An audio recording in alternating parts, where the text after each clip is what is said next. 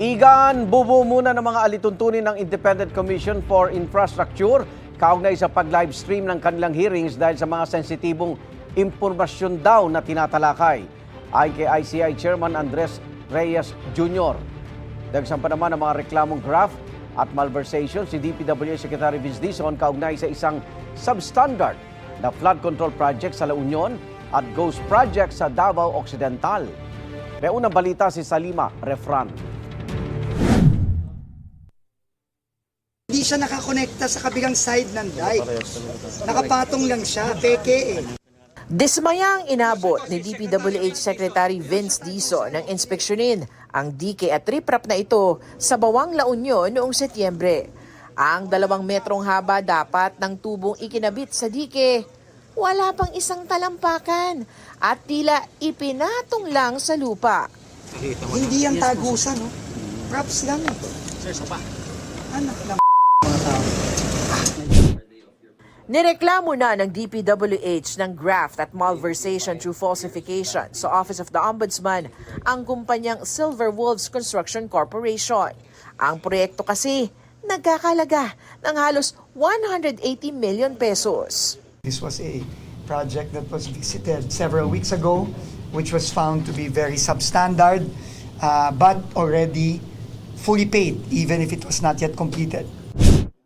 Ang Silver Wolves inuugnay kay Benguet Representative Eric Yap na naging chairman din noon ng House Committee on Appropriations.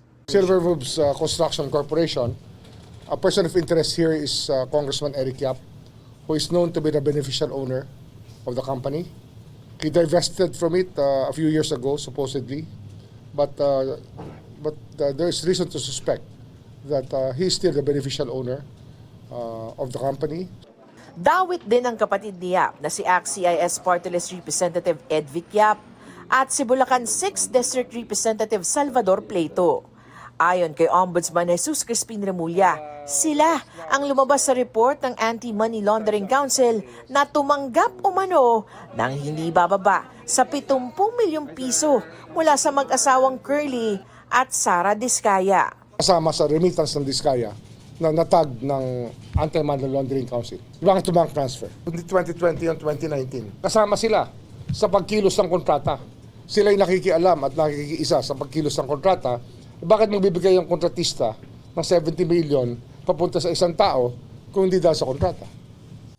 Kausap na ng Ombudsman ng AMLAC para humingi sa Court of Appeals ng freeze order sa mga ari-arian at bank accounts ng 3 persons of interest.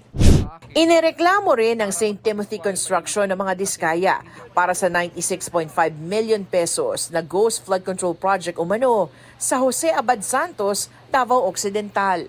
Hindi mo ba siya ini-sir? Iniisip ko rin po. Kasi Bakit ka nagbayad ng gumawa nga hindi ho kami ng complete? flood control eh. Hindi lang ho na kompleto eh. Ang masama, hindi kami gumawa. Gumawa po kami. God, flood control ba yan? Tapos ba yan? 100 milyon ginastos nyo dyan? Binayaran nyo, hindi tapos yan? 20 DPWH personnel pa ang nilistang respondent sa 2 reklamo. It is non-payable, no? And it holds a similar penalty as the other cases, which is life imprisonment.